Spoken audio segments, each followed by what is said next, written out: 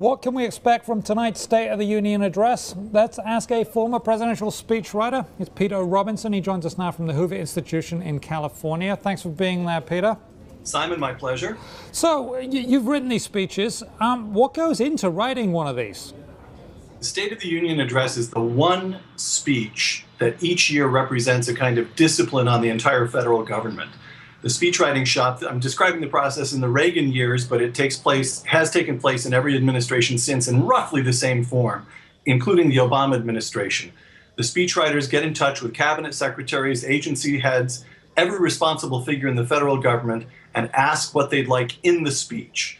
They then draft material, send it in, the speechwriters read it carefully, and then they shove it to one side and write the speech that the president wants.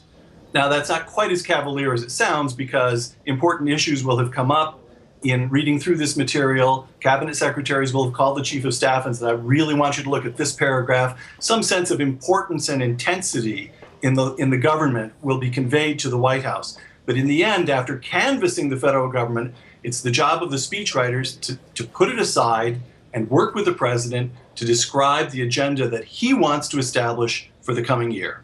Now, obviously, that's important, the agenda, but you also get breaking news items like we now know that North Korea has tested yet another nuclear bomb.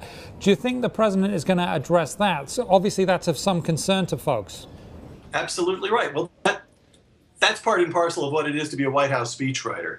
My first day on the job was the day that we invaded Grenada. And President Reagan was delivering a speech that evening in Dallas, of all places. I rewrote the speech half a dozen times during the day as the information came in about how things were going in Grenada. In the end, the president decided he couldn't leave the White House with troops deployed. But that actually is, well, you work at a newspaper. Breaking news is something people can handle. You get a paragraph, you figure out where to put it, you make sure the president has time to look it over. No problem. Do you have any clue about what he'll say about Korea?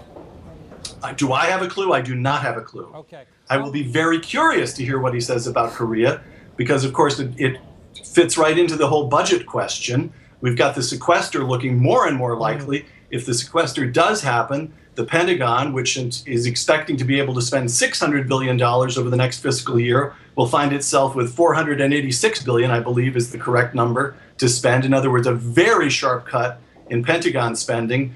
Outgoing Defense Secretary, President Obama's own outgoing Defense Secretary, Leon Panetta, essentially begged Congress not to let it happen. Incoming Defense Secretary, if he gets the votes and is confirmed, Chuck Hagel, gave a strange, meandering, I think the consensus is, a very unsatisfying testimony. And now the Koreans have tested a third nuclear weapon. I, like you, like every sentient person in the country, wants to know what the president intends to do about this. Well, I'm sure the White House is watching now, and I'm sure they will craft a paragraph just for you. Thank you very much, Peter Robinson of the Hoover Institution. We appreciate your time.